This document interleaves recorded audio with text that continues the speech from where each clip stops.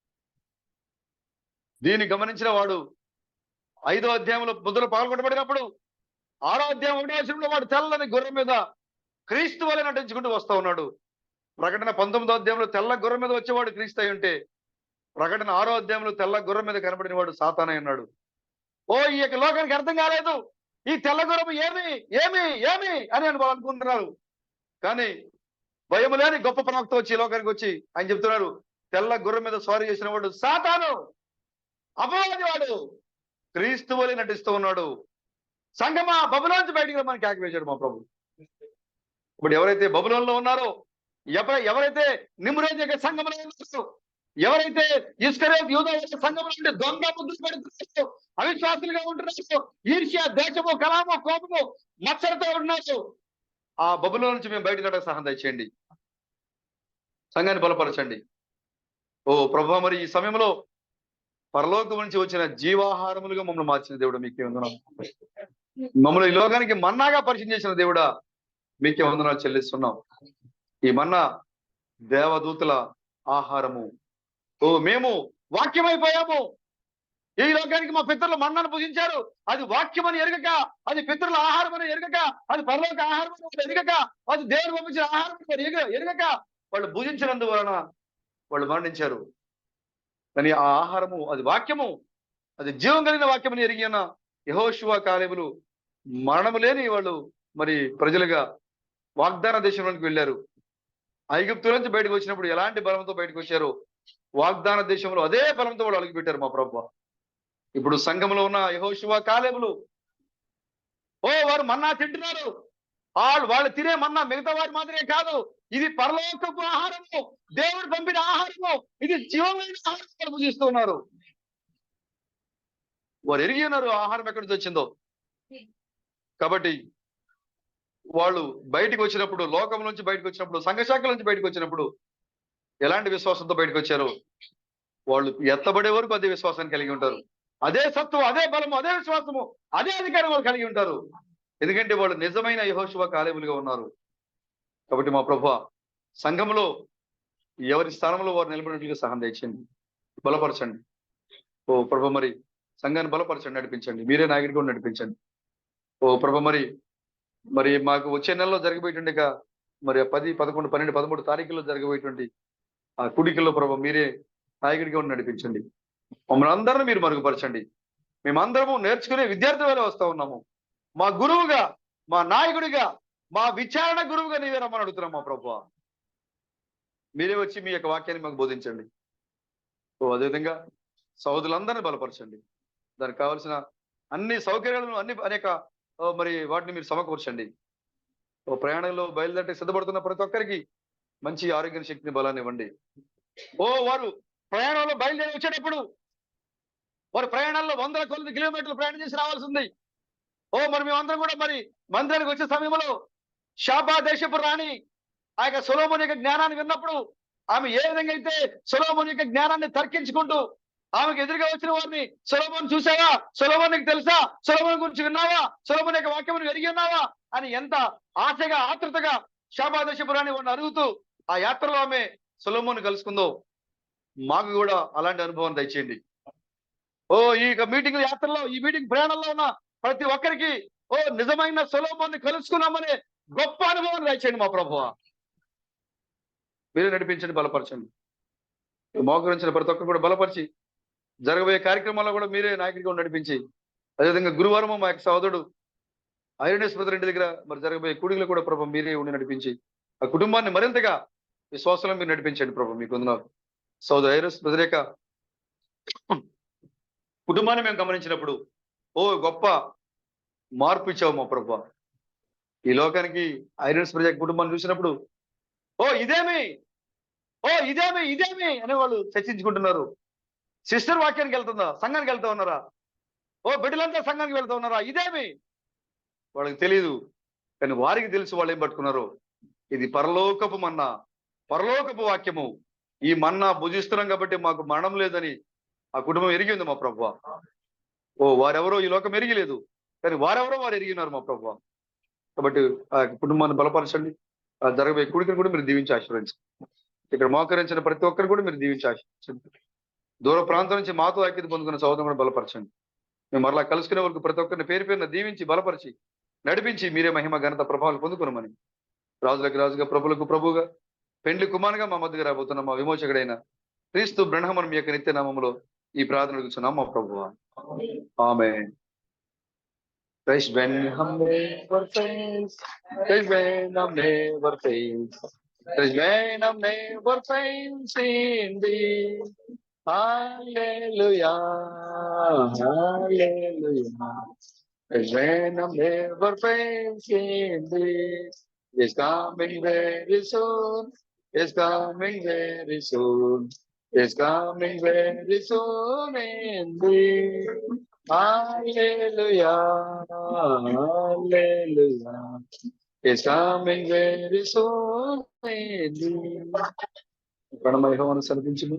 నా అందరూ సమస్తమైన పరిశుద్ధనామమును సమర్పించు. నా ప్రణమ యెహోవాను సమర్పించండి. ప్రభువును విమోచకుడైన తీసి విడం చేసిన ఉపకారములలో దేన్ని మరుగుతున్నాం. ఆమేన్, ఆమేన్, ఆమేన్. ఓ మన రాజులకు రాజును ప్రభువులకు ప్రభును మన పెండ్లి కుమారుడైన క్రీస్తు బ్రహ్మ యొక్క కృపా సమాధానము ఇక్కడ మోకరించిన పరిశుద్ధులకును, దూర ప్రాంతం నుంచి ఐక్యత పొందుకున్న పరిశుద్ధులకును, ప్రపంచ వ్యాప్తంగా పెండ్లి కుమార్తెగా సిద్ధపడి పరమ కుమ్మరి చేతిలో పెండ్లి కుమార్తెగా రూపించబడి ఎత్తబడి సిద్ధపడుతున్న పరిశుద్ధులకును ఆయన కృపా సమాధానము ఇప్పుడు ఎల్లప్పుడు సదాకాలము తోడి ఉండి మనం నడిపించిన గాక. Amen, amen, amen. Glory to God. అందరికి వందనాలు.